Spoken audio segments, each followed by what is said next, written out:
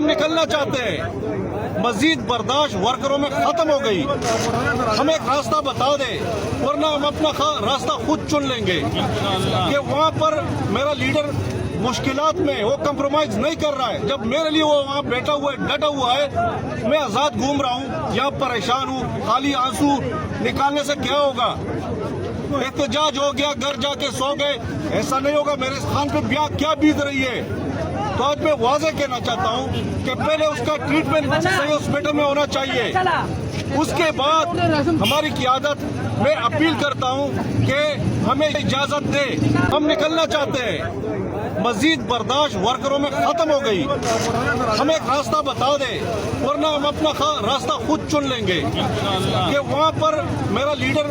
مشکلات میں وہ کمپرومائز نہیں کر رہا ہے، جب میرے لیے وہ وہاں بیٹھا ہوا ہے، ڈٹا ہوا ہے، میں آزاد گھوم رہا ہوں، یہاں پریشان ہوں، خالی آنسو نکالنے سے کیا ہوگا؟ احتجاج ہو گیا، گھر جا کے سو گئے، ایسا نہیں ہوگا۔ میرے خان پہ کیا بیت رہی ہے؟ تو آج میں واضح کہنا چاہتا ہوں کہ پہلے اس کا ٹریٹمنٹ صحیح ہاسپٹل میں ہونا چاہیے،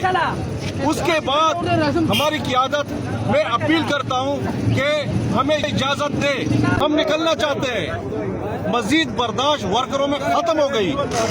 ہمیں ایک راستہ بتا دے ورنہ ہم اپنا راستہ خود چن لیں گے کہ وہاں پر میرا لیڈر مشکلات میں وہ کمپرومائز نہیں کر رہا ہے، جب میرے لیے وہ وہاں بیٹھا ہوا ہے، ڈٹا ہوا ہے، میں آزاد گھوم رہا ہوں، یہاں پریشان ہوں، خالی آنسو نکالنے سے کیا ہوگا؟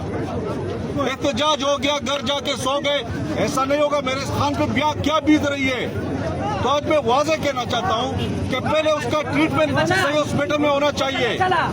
اس کے بعد ہماری قیادت میں اپیل کرتا ہوں کہ ہمیں اجازت دے، ہم نکلنا چاہتے ہیں، مزید برداشت ورکروں میں ختم ہو گئی، ہمیں ایک راستہ بتا دے ورنہ ہم اپنا راستہ خود چن لیں گے کہ وہاں پر میرا لیڈر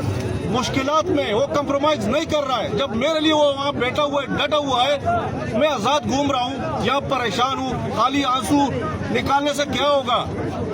احتجاج ہو گیا، گھر جا کے سو گئے، ایسا نہیں ہوگا۔ میرے خان پہ کیا بیت رہی ہے؟